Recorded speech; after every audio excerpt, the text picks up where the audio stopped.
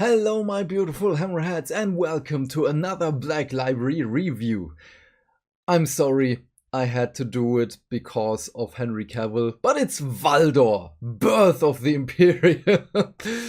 So I've read this as it was released 2.5 years ago, about that time, and now with the news of the Amazon TV show by Mr. Cavill and his girlfriend, I had to reread this. So I am really happy to say that the Audible version is amazing. It is very short, it's about 6 hour-ish, and it has at some points multiple voice actors which are not credited in the title details, but you know who they are.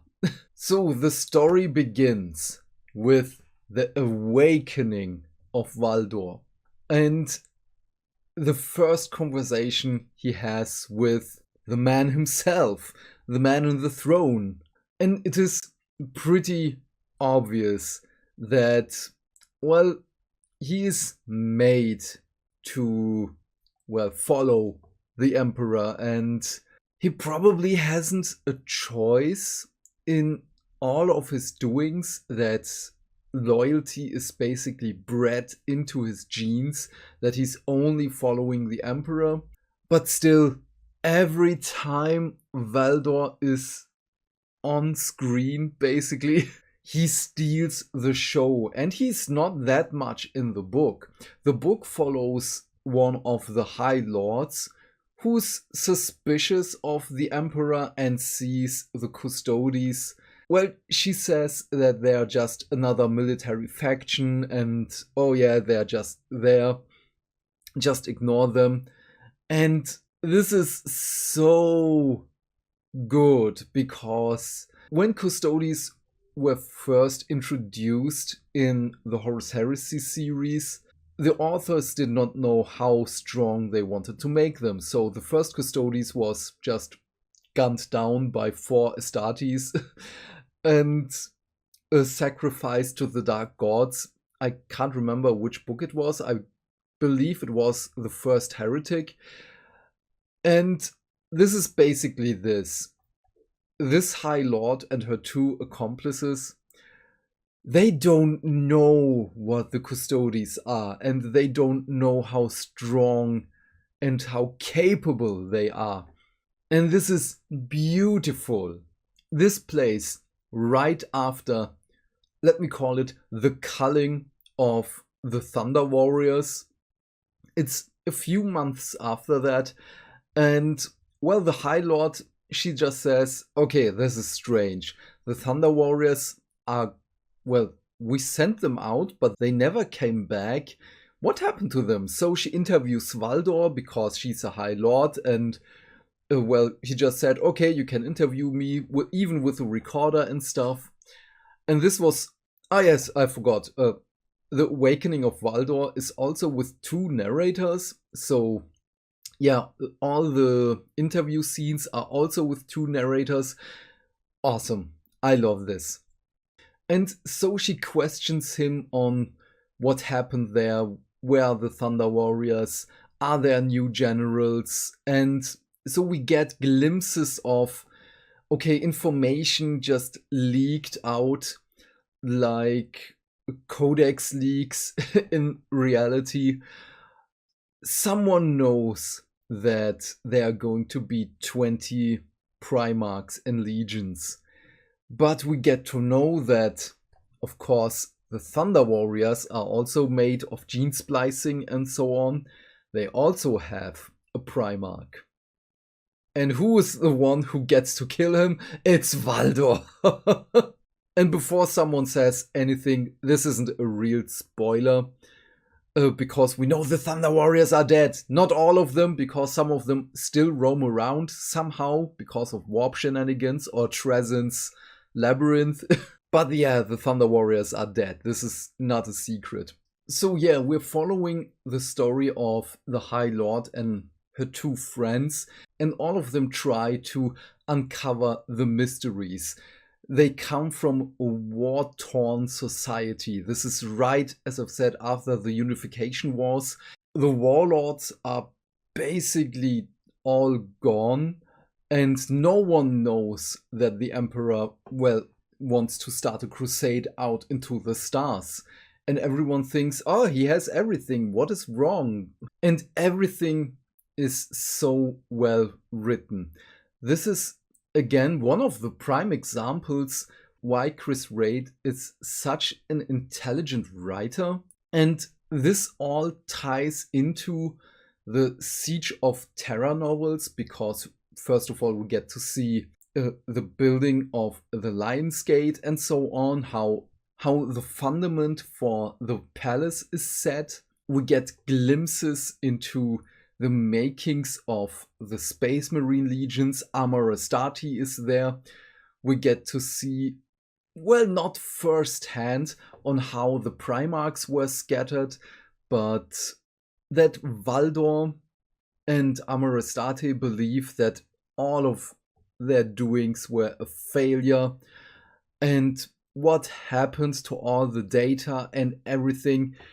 This is so good. And all of this, we could argue that this also ties into the Walls of Terror, Watchers of the Throne series, and in probably basically the Beckwin series.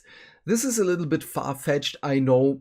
However, if you've read the Beckwin series, maybe this has something to do with it, that Mr. Rapnett and Mr. Wraight talked about this and they are going hand in hand with these stories, which would be awesome, by the way. One of the things which I really loved is that the major characters are stealing the show. This is one of the reasons why I again forgot the names of the three main characters, even though they are important for the story, of course, because they are the ones uncovering everything, interviewing Valdor, and or just stumbling upon information.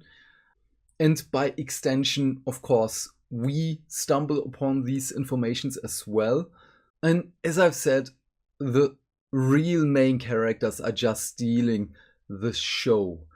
Konstantin Valdor on every page is just oozing charisma, stoicism, and you hang on his lips.